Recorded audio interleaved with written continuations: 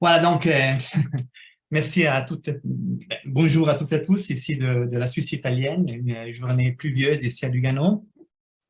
J'ai eu l'honneur de participer à ce groupe de travail et je remercie Régis et Jean-Pierre de m'avoir donné la possibilité de pouvoir entrer en contact avec de nombreux acteurs du système scolaire français. C'était un enrichissement pour moi énorme et j'aimerais en contrepartie vous amener un petit peu dans la réalité tessinoise, dans la réalité suisse-italienne pour peut-être amener quelques éléments de réflexion utiles aussi pour la France. J'ai la tâche ingrate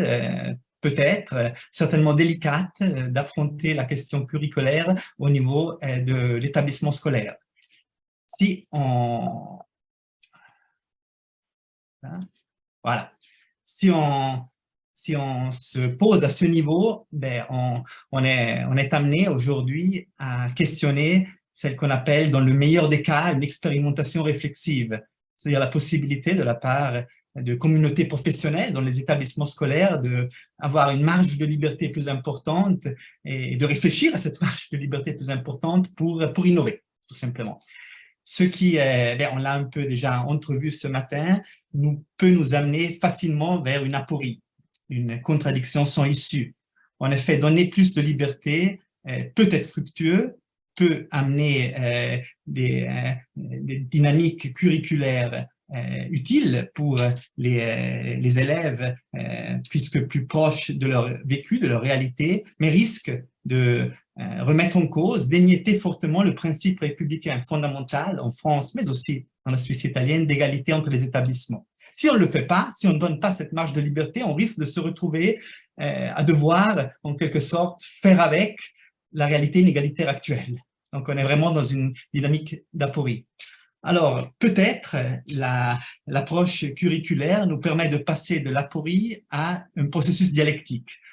qui me paraît être une piste pour sortir de sable mouvant de la réflexion au niveau de l'établissement scolaire et de nous amener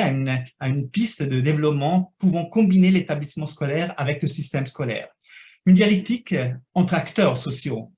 On va les découvrir rapidement, l'acteur social promoteur, l'acteur social proactif, l'acteur social critique comme acteurs fondamentaux du jeu triangulaire au sein de l'établissement en lien avec le système scolaire.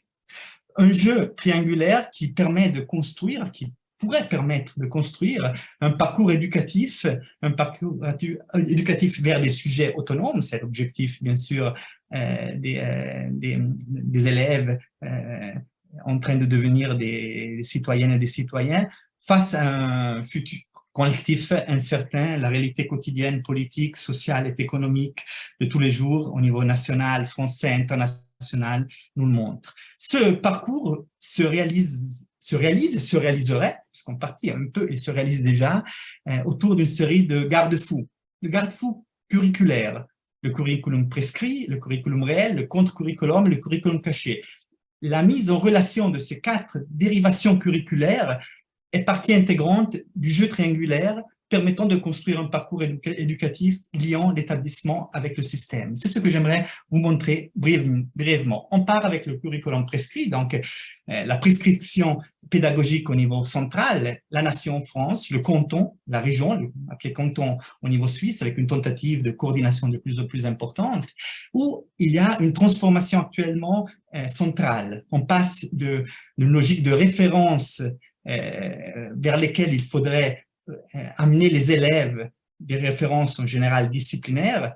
dans des situations idéales vers un système de développement de savoir, de savoir-faire, de savoir-être, de compétences au sein d'une réalité professionnelle, mais aussi sociale, politique, culturelle, de plus en plus complexe et où ces compétences dans la réalité sont de plus en plus importantes. Cette transformation, plus ou moins assumée, qui d'ailleurs devrait être saisie démocratiquement à mon avis, et elle l'est trop peu, je dirais en France, comme de ce que je peux voir comme dans la Suisse italienne, amène une série d'implications déstabilisantes au niveau des établissements scolaires. Qu'on le veuille ou non, qu'elles soient gérées ou pas elle les amène et elles obligent ceux qui sont le plus responsables des établissements scolaires, donc en premier ressort les chefs d'établissement avec les directions scolaires, avec les conseils de direction, ce que j'ai appelé l'acteur social promoteur, à développer des réponses, à développer des expérimentations hétéronomes pour gérer les implications déstabilisantes de cette transformation qui à son tour est liée à une transformation de société. Alors, pour être concret, j'ai fait mon travail de doctorat et je remercie d'ailleurs André Robert de m'avoir donné la possibilité de la lointaine Suisse italienne de débarquer tout au coup à Lyon et d'avoir la possibilité de participer à l'école doctorale qui m'a permis, en lien avec l'énorme réflexion française, de développer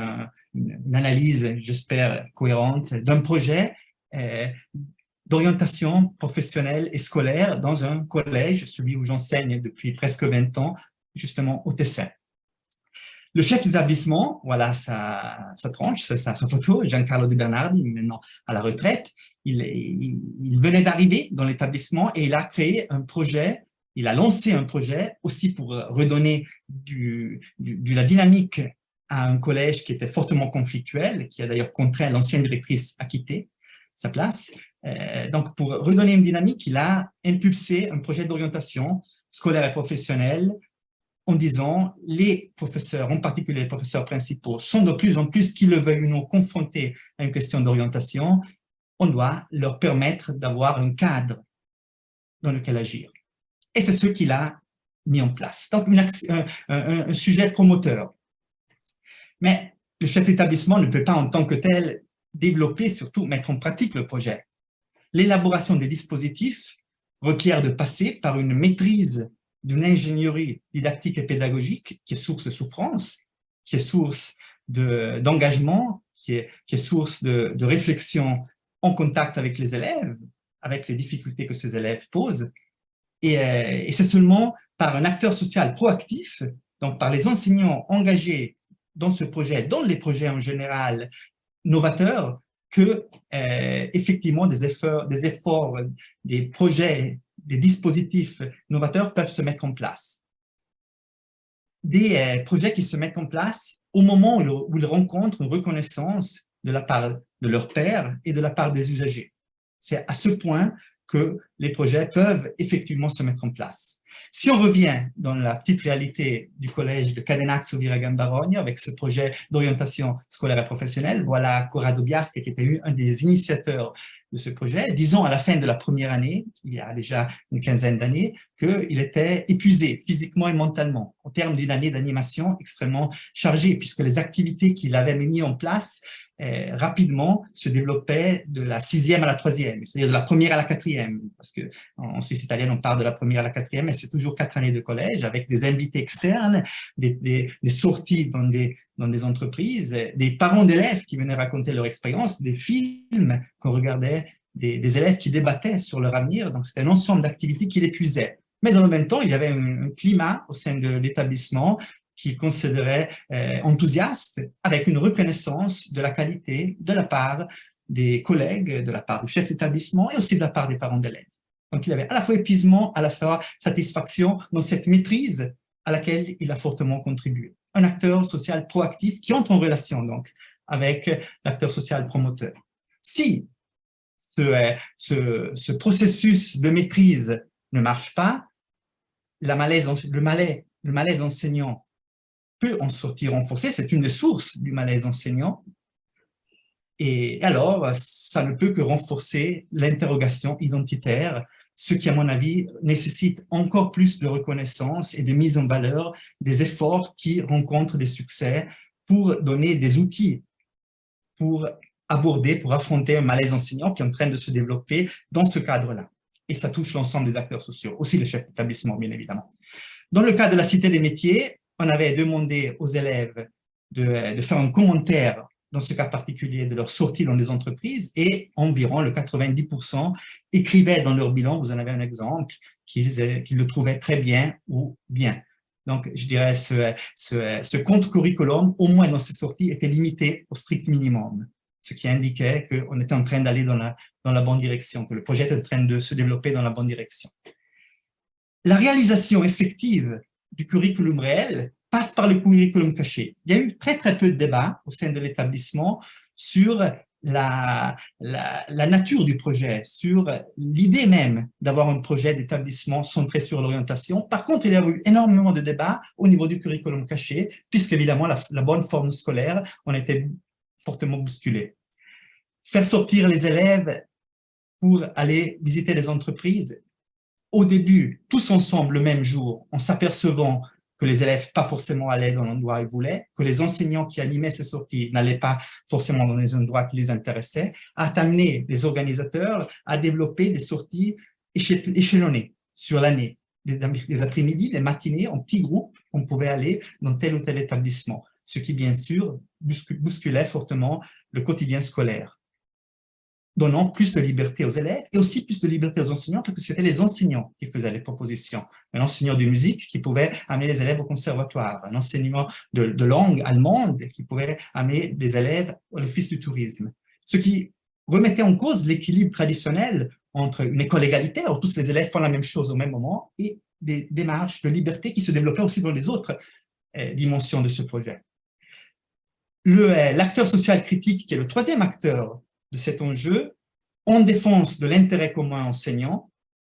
intervenait à intervalles réguliers pour ralentir le développement du projet, pour interroger, comme Flavio Sartori, disons, de ses visites aux entreprises, comme celle que vous voyez dans un hôpital, où on faisait des choses tout à fait concrètes, qu'il avait la sensation que certains élèves participaient à ces sorties, pas tellement parce qu'ils étaient intéressés au métier, mais simplement pour ne pas participer au quotidien scolaire, donc en ne pas assumant les exigences du quotidien scolaire, et en plus, surtout pour les disciplines avec moins d'heures hebdomadaires, ça risquait de remettre en cause la continuité de l'enseignement. Et là, ça faisait débat, et là, ça créait discussion. Le résultat de ces débats, de ces discussions, de cette négociation entre un acteur social promoteur, un acteur social proactif et un acteur social critique, était des processus d'entente. On se mettait d'accord. Par exemple, sur les visites aux entreprises, dès le moment où elles étaient échelonnées et elles posaient quelques problèmes, comme je l'ai souligné, le chef d'établissement, c'est lui qui était intervenu en disant « il faut une feuille de bilan, donc les élèves doivent se confronter avec ce qu'ils ont fait pour en faire un bilan, au moins, et surtout, il faut une feuille à faire avant la sortie, signée par les parents et par le professeur de classe, pour voir si effectivement l'élève était en train d'aller pour intérêt ou s'il était simplement en train d'aller pour d'autres raisons moins didactiques, disons. Ce qui limitait bien sûr la liberté des élèves et remettait un peu plus d'égalité. Donc un processus d'entente qui amenait à un fragile équilibre, une fragile équité au sein de l'établissement.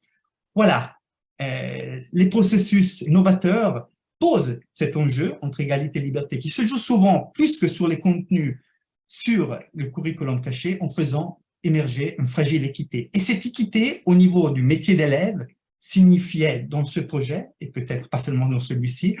l'émergence d'une participation des élèves plus forte à leur quotidien scolaire, responsable, donc ils doivent assumer, différencier, parce que pas tous les élèves faisaient la même chose, même si tous les élèves avaient les mêmes possibilités de faire des activités. Voilà peut-être le métier d'élève qui pourrait ressortir de cette évolution au niveau de l'établissement, qui requiert bien sûr, on était parti du curriculum prescrit au niveau national ou cantonal pour le cas du TCR, de revenir au niveau systémique, de revenir par des échanges entre ces projets, par des recherches qui doivent être beaucoup plus développées de ce qu'elles sont maintenant, de ces projets en lien avec les établissements, en lien avec le système scolaire en tant que tel. Par ce jeu-là, par cette dynamique-là, peut-être on peut sortir de l'aporie, le risque est quand même réel d'y être, et on peut sortir de cette aporie et de construire une école qui soit vecteur de démocratie.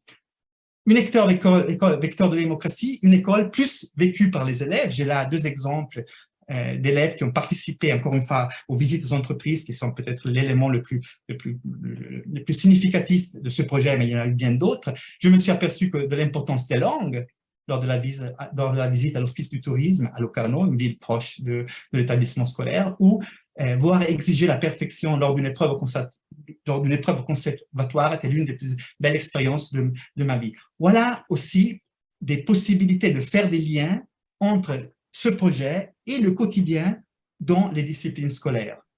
Voir un office du tourisme pour se questionner, pour questionner aussi son engagement dans l'apprentissage de la langue allemande, pour plus en général réfléchir au degré d'engagement dans son quotidien scolaire pour réaliser une épreuve, pour réaliser un résultat. Tout cela permettant de développer la séquence vocationnelle qui est peut-être le collant dans ce parcours, puisque c'est un parcours entre acteurs de l'école qui se mettent en relation, qui débattent, qui discutent, qui trouvent une entente, mais c'est aussi un parcours de l'élève qui, par ce que les enseignants leur permettent de faire, se construisent lentement par l'exploration du contexte, par la cristallisation dans une idée, par la spécification dans une issue, et ensuite par la réalisation dans la réalité, qui se construisent un projet qui est un projet de vie, professionnel, puisque la profession est importante dans la vie, mais pas seulement, social, culturel, politique. Voilà peut-être la double logique du parcours, un parcours entre enseignants pour construire un parcours pour les élèves. Voilà ce qui permettrait peut-être de refaire de l'école, de faire encore plus de l'école, puisqu'un peu quand même elle est, un vecteur de démocratie dans la société en ces temps incertains et je dirais particulièrement difficiles. Voilà. Merci Gianfranco.